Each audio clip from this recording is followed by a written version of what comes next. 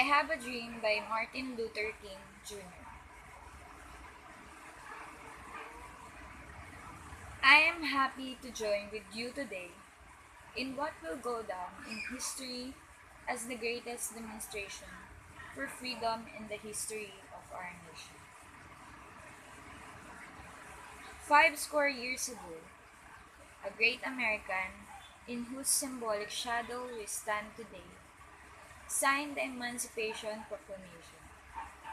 This momentous decree came as a great beacon light of hope to millions of Negro slaves who had been seared in the flames of withering injustice. It came as a joyous daybreak to end the long night of their captivity. But 100 years later, the Negro still is not free. 100 years later, the life of the Negro is still sadly crippled by the manacles of segregation and the chains of discrimination. 100 years later, the Negro lives on a lonely island of poverty in the midst of a vast ocean of material prosperity. 100 years later, the Negro is still languished in the corners of American society and finds himself an exile in his homeland. And so we've come here today to dramatize a shameful condition. In a sense, we've come to our nation's capital to cash a check. When the architects of our republic wrote the magnificent words of the Constitution and the Declaration of Independence, they were signing a promissory note to which every American was to follow. This note was a promise that all men, yes, black men as well as white men, will be guaranteed the unalienable rights of life, liberty, and the pursuit of happiness. It is obvious today that America has defaulted in this promissory note insofar as her citizens of color are concerned. Instead of honoring the Negro people, a bad check, a check which has come back marked insufficient funds. But we refuse to believe that the Bank of Justice is bankrupt. We refuse to believe that there are insufficient funds in the great vaults of opportunity of this nation. And so, we've come to cash this check, a check that will give us upon the demand the riches of freedom and the security of justice. We have also come to this hallowed spot to remind America of the first urgency of now. This is no time to engage in the luxury of cooling off or to take the tranquilizing drug of gradualism. Now is the time to make real the promises of democracy. Now is the time to rise from the dark and desolate valley of segregation to the sunlit path of racial justice. Now is the time to lift our nation from the quicksands of racial injustice to the solid rock of brotherhood.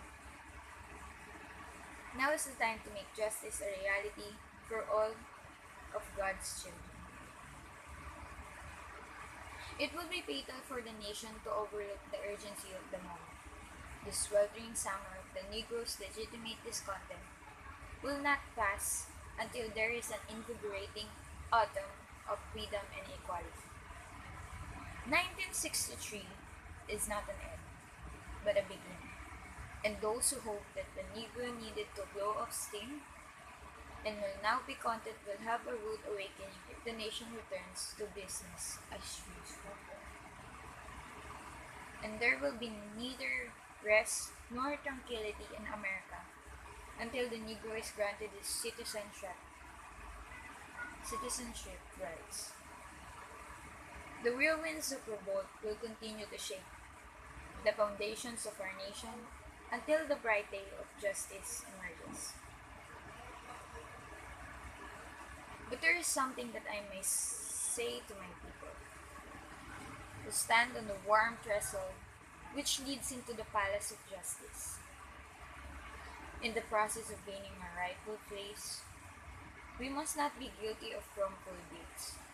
Let us not seek to satisfy our thirst for freedom by drinking from the cup of bitterness and hatred. We must forever conduct our struggle on the high plane of dignity and discipline. We must not allow our creative protests to degenerate into physical violence. Again and again, we must rise to the majestic heights of meeting physical force with soul. The Barbados new militancy which has engulfed the Negro community must not lead us to a distrust of all white people. For many of our white brothers, as evidenced by their presence here today, have come to realize that their destiny is tied up with our destiny. And they have come to realize that their freedom is inextricably bound to our freedom. We cannot walk alone, and as we walk, we must make the pledge that we shall always march ahead. We cannot turn back. There are those who are asking the devotees of civil rights, when will you be satisfied? We can never be satisfied as long as the Negro is the victim of the unspeakable horrors of police brutality.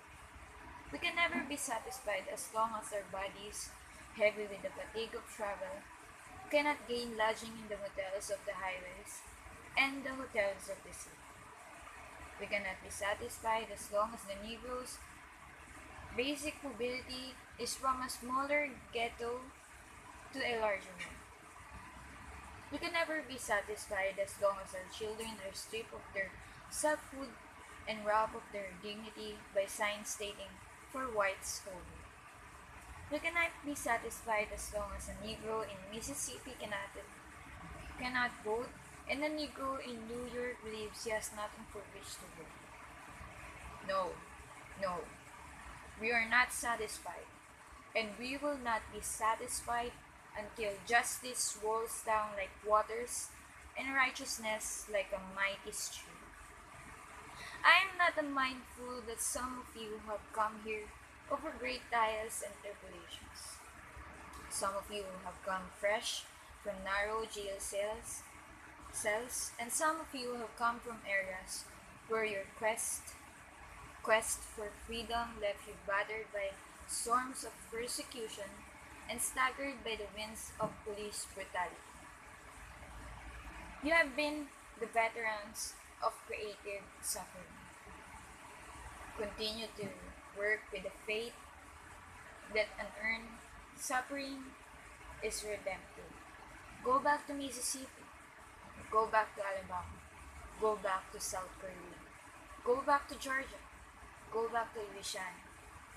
Go back to the slums and ghettos of our northern cities, knowing that somehow this situation can and will be changed. Let us not wallow in the valley of despair.